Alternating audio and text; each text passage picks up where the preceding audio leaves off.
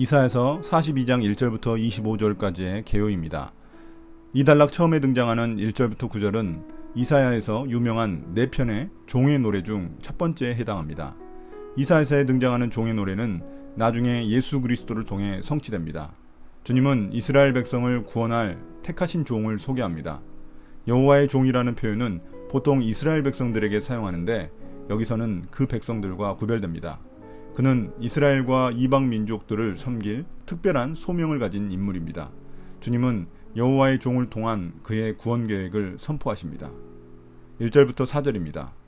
나의 종을 보아라. 그는 내가 붙들어주는 사람이다. 내가 택한 사람, 내가 마음으로 기뻐하는 사람이다. 내가 그에게 나의 영을 주었으니 그가 뭇 민족에게 공의를 베풀 것이다. 그는 소리치거나 목소리를 높이지 않으며 거리에서는 그 소리가 들리지 않게 할 것이다. 그는 상한 갈대를 꺾지 않으며 꺼져가는 등불을 끄지 않으며 진리로 공의를 베풀 것이다. 그는 쇠하지 않으며 낙담하지 않으며 끝내 세상에 공의를 세울 것이니 먼 나라에서도 그의 가르침을 받기를 간절히 기다릴 것이다. 주님께서 당신의 종을 소개합니다. 이 종은 주님 영의 도움을 받아 모든 민족에게 공의를 베푸는 자입니다.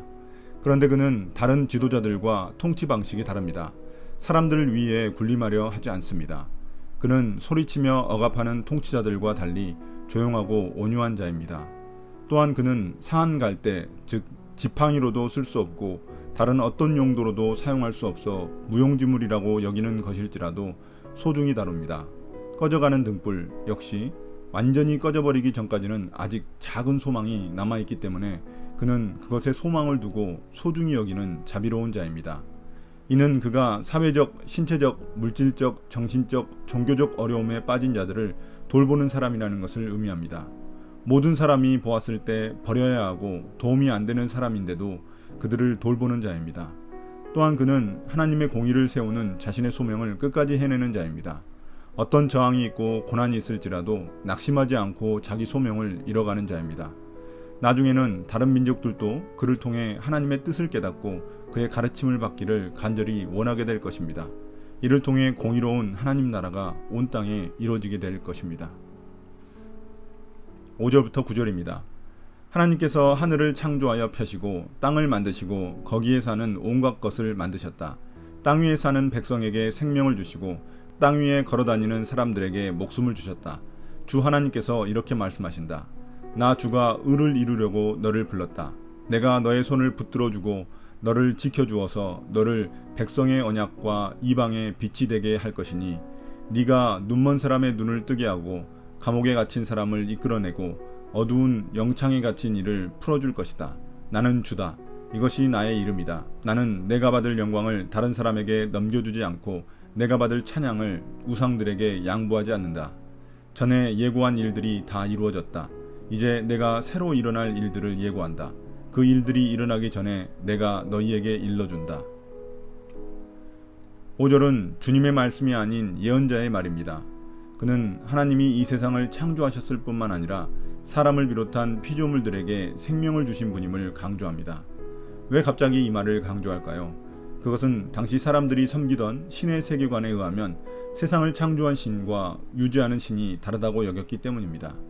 그러나 주님은 이 세상을 창조하시고 모든 피조물도 만드시고 유지하시는 분입니다. 그러므로 주님의 관심은 모든 사람, 모든 민족에게 있습니다. 6절부터는 다시 주님의 말씀입니다. 주님이 종을 선택하신 이유는 주님의 의를 이루기 위함입니다. 이런 사명 완수를 위해 주님은 종을 붙들어 주시고 지켜주십니다.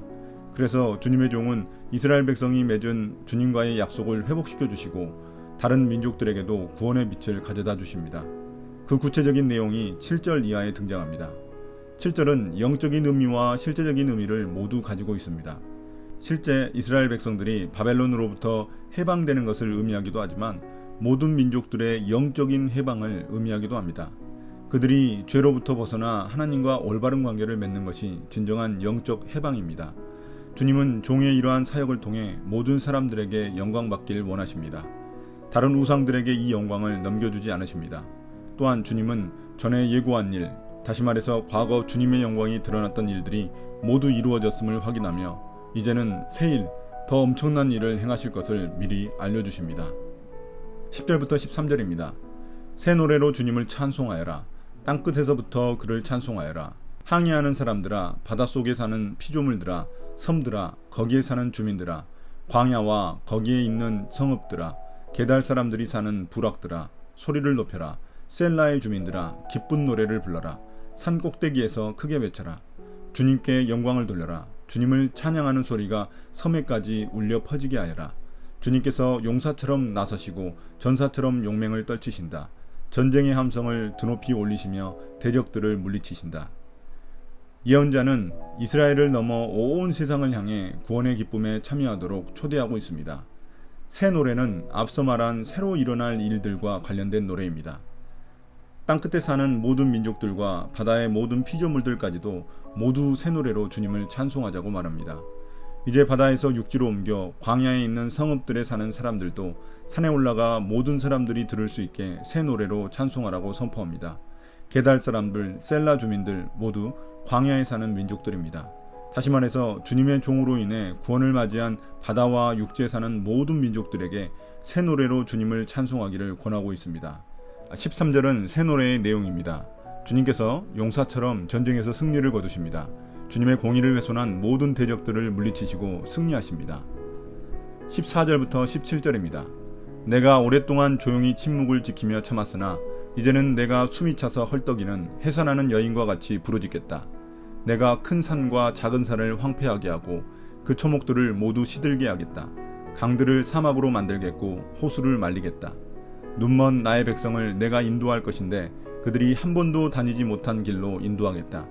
내가 그들 앞에 서서 암흑을 광명으로 바꾸고 거친 곳을 평탄하게 만들겠다. 이것은 내가 하는 약속이다. 반드시 지키겠다. 깎아 만든 우상을 믿는 자와 부어 만든 우상을 보고 우리의 신들이십니다 하고 말하는 자들은 크게 수치를 당하고 물러갈 것이다. 지금까지 주님은 자신의 행동을 억제하셨지만 이제는 곧 해산을 앞둔 여인처럼 부르짖겠다고 말씀하십니다. 마치 10달 동안 뱃속에 아이를 둔 것처럼 주님의 이러한 계획은 오랫동안 준비되어 왔고 이제 때가 되어 실행하시는 것입니다. 여기서 주님의 침묵기간이란 이스라엘 백성들의 바벨론 유배기간을 말하는 것입니다. 주님은 이제 역사에 개입하셔서 바벨론 제국을 심판하십니다. 15절에 묘사된 자연의 황폐화는 이런 심판의 모습을 묘사하는 것입니다. 바벨론은 심판하시지만 유배되었던 이스라엘 민족들은 구원하십니다. 불신앙으로 눈이 멀었던 이스라엘 백성들을 인도하여 내시고 무지했던 그들을 새 길로 인도하실 것입니다.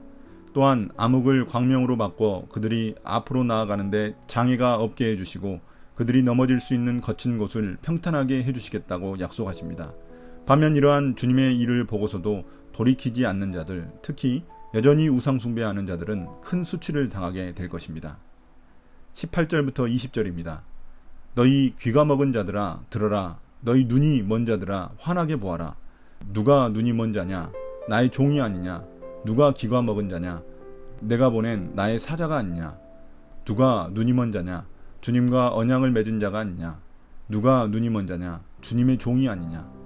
그는 많은 것을 보았으나 마음에 새기지 않았다. 귀가 열려 있었으나 귀담아 듣지 않았다.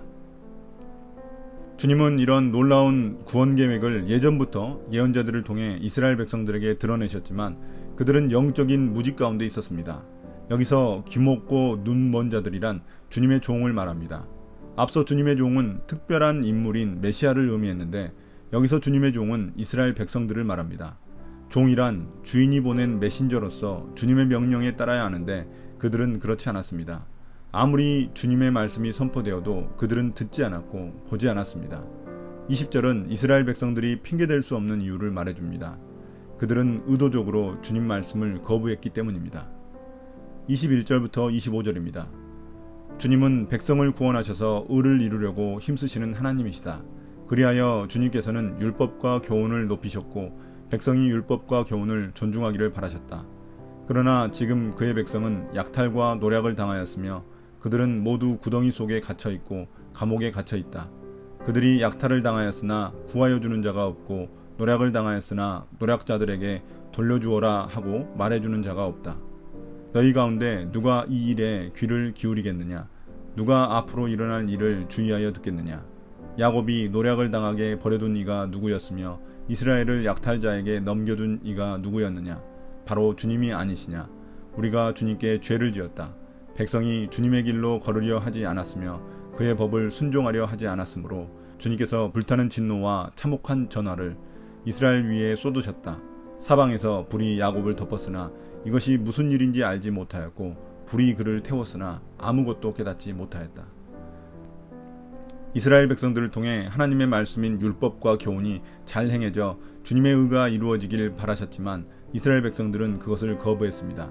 그 결과 그들은 약탈과 노략을 당하고 자유를 빼앗겨 바벨론 포로가 되었습니다. 아무도 그들을 도와주거나 동정해주는 사람도 없습니다. 이제 이스라엘 백성들은 깨달아야 합니다. 그들은 앞으로 일어날 일에 대해 소망을 가져야 합니다. 주님 말씀을 잘 듣고 순종하면 새로운 미래가 열립니다. 24절은 하나님의 백성이 우연히 바벨론에게 노략질 당한 게 아님을 설명해 줍니다. 이스라엘이 군사적으로 약했기 때문이 아닙니다. 바벨론의 거짓 신들이 하나님보다 더 능력 있었기 때문이 아닙니다. 이런 비참한 운명을 맞이하게 된 원인은 그들 자신에게 있습니다. 이스라엘 백성들은 주님께 죄를 지었고 주님의 말씀에 순종하지 않았습니다. 하나님의 길을 무시하고 각기 제 갈 길을 갔습니다. 그 결과 주님의 진노와 심판이 이스라엘 위에 떨어졌고 멸망하게 되었습니다. 그럼에도 불구하고 이스라엘 백성들은 자신들이 왜 멸망하여 유배민이 될 수밖에 없었는지 잘 깨닫지 못했습니다. 바벨론 유배 기간 동안에도 그들은 원망하고 탄식할 뿐 자신들의 죄를 제대로 뉘우치지 않았습니다. 오늘의 묵상 포인트입니다. 첫 번째, 주님이 택하신 종은 세상 방식대로 통치하는 왕이 아닙니다. 그분은 상한 갈대도 꺾지 않으시고 꺼져가는 등불도 끄지 않으시는 자비롭고 긍휼이 많으신 분입니다. 그분이 바로 예수님입니다. 우리는 가난하고 소외된 이웃들에게 어떤 마음을 갖고 있습니까? 그들을 향한 관심이 바로 주님의 뜻입니다. 두 번째, 종의 소명은 눈먼 사람을 눈뜨게 하고 감옥에 갇힌 사람을 자유케 하는 것입니다. 우리 주위에 아직 삶의 진리를 깨닫지 못하고 무거운 삶의 무게에 짓눌려 살아가는 사람들이 많습니다. 감옥과 같은 환경 속에 불안과 두려움에 살아가는 자들이 많습니다. 그들에게 좋은 소식, 복음이 필요합니다. 주님이 행하신 새 일들을 소개해 봅시다. 나의 기도입니다. 세상 사람들은 모두 자기 이익에 따라 취하기도 하고 버리기도 합니다. 그런데 주님은 아무 쓸모없는 상한 갈대도 버리지 않으시고 꺼져가는 등불같이 거의 가능성이 없는 사람도 포기하지 않으시는 분입니다.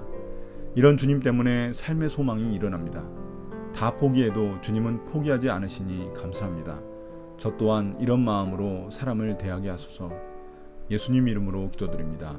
아멘.